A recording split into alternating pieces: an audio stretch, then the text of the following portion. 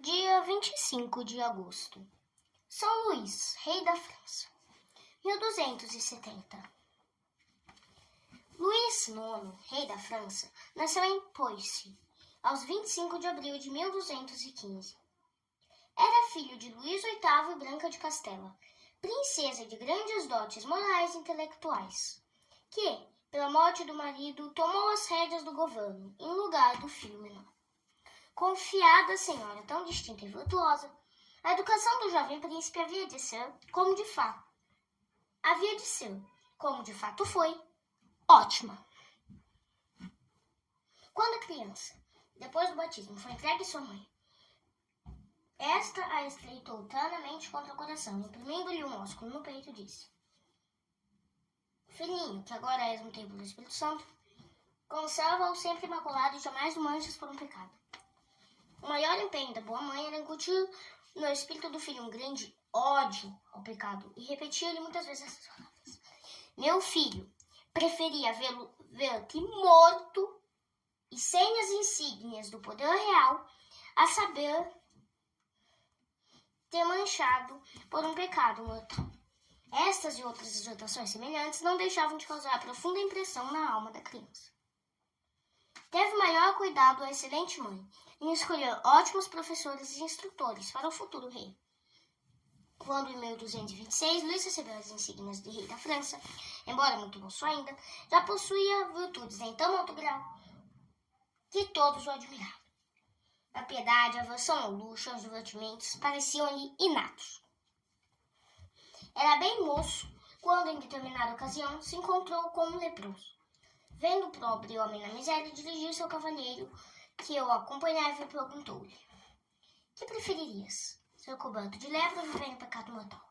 O cavalheiro respondeu levianamente: Antes com pecados na alma antes preferia ter cometido 70 pecados mortais do que com a lepra no corpo.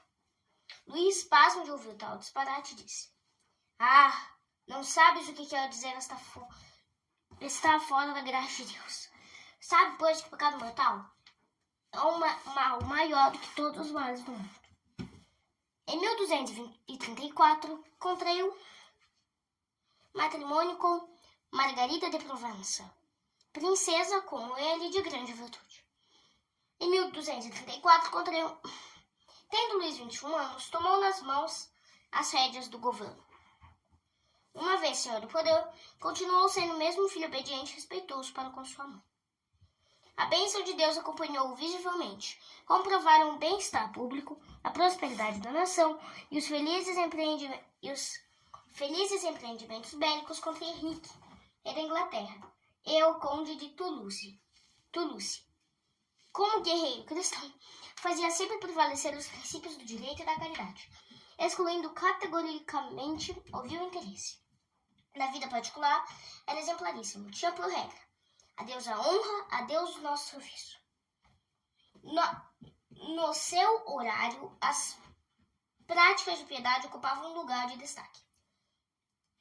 Todos os dias assistia à Santa Missa. Frequentemente se aproximava dos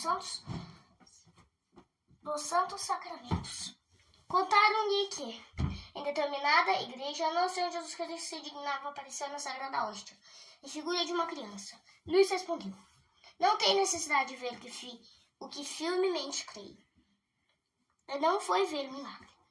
A virtude e santidade do Santo Rei fizeram com que gozasse de grande reputação entre os príncipes e todos procuravam merecer-lhe a amizade. Dos muitos presentes que lhe deram, o mais precioso foi a coroa de espinhos de Deus, Nosso Senhor, que lhe foi oferecida por Balduíno II, imperador de Constantinopla. Para guardar tão preciosa relíquia, como também uma partícula do Santo Lênio, Luís construiu em Paris uma suntuosa capela. Acometido de uma doença gravíssima, fez-se benzer com o Santo Lênio e prometeu empreender uma cruzada contra os turcos, caso recuperasse a saúde. Não houve quem o pudesse demover esse plano, que em 1249 teve execução. Após longas e minuciosas preparações e tendo incumbido a mãe dos negócios do governo, o piedoso rei embarcou com um numeroso exército para Damiette. A cidade foi tomada de assalto. Aconteceu, porém, que rompesse Terrível epidemia nas fileiras de seus homens. Aos milhares se contavam as vítimas. Luís também foi contaminado. E caiu em poder dos sarracenos. Doente prisioneiro, deu exemplo de virtudes heróicas, não lhe tendo nunca os companheiros ouvido uma palavra sequer de queixa, desespero ou impaciência. Também na desgraça se mostrou cristão e soldado de Cristo. 6 anos durou esse tempo de provação.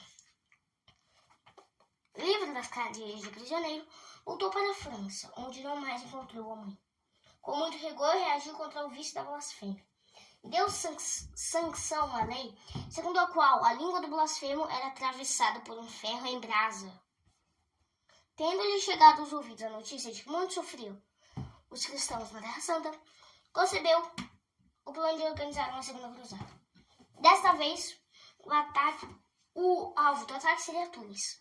Nada, porém, pode fazer, porque a peste lhe dizimou o exército antes de conseguir levar a efeito o plano. O próprio rei adoeceu e morreu.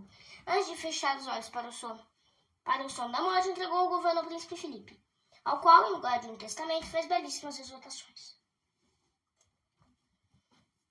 Como a piedade que a todos comoveu, recebeu os santos sacramentos. Em sua grande humildade, pediu que o deitassem sobre cinza, e assim, com os braços cruzados sobre o peito, os olhos elevados ao céu, exalou o último suspiro, em 25 de agosto de 1270, na idade de 55 anos. Os cruzados voltaram à França e levaram consigo o corpo do rei. O coração foi depositado numa igreja de Montreuil, na Sicília. As outras relíquias acharam repouso em Saint-Denis, em Paris. No túmulo seria verificado muitos milagres, o que determinou Bonifácio VIII a promover, em 1305, a canonização do Santo Rei. Reflexões. Das exortações de São Luís ao filho, as seguintes tenham aqui lugar. Meu filho, a primeira coisa que te recomendo é que ames a Deus de todo o coração e que queira sofrer tudo, até a própria morte, a cometer um pecado mortal. Se Deus te mandar contrariedades, aceita-as com gratidão, convencido de que as mereceste. Se tudo correu segundo teus desejos, não te deixes levar pelo orgulho. Não se deve abusar dos benefícios e transformá-los em armas de malícia. Confessa-se a ti frequentemente, escolhe um confessor prudente e virtuoso, que te possa ser guia para que tenha coragem para corrigir tuas faltas e castigar teus pecados. Assiste à Santa Missa com muita devoção. Sê caridoso para com os pobres, socorre-nos sempre que puderes. Respeita as boas tradições entre o povo e persegue os abusos. Não sobrecarregues teu povo com duros e múltiplos impostos. Escolhe para a tua companhia homens direitos e prudentes, leigos e sacerdotes, e foge do círculo dos maus. Ouve de bom grado a palavra de Deus, e conserva cuidadosamente teu coração. Sê amigo da oração, ama tua honra, e sê amigo do bem e inimigo do mal. Rende graças a Deus pelos seus benefícios. Bens alheios faz-os chegar às mãos do legítimo dom. Procura conservar e estabelecer a paz entre os teus súbditos, e reza pelos bons costumes entre o povo.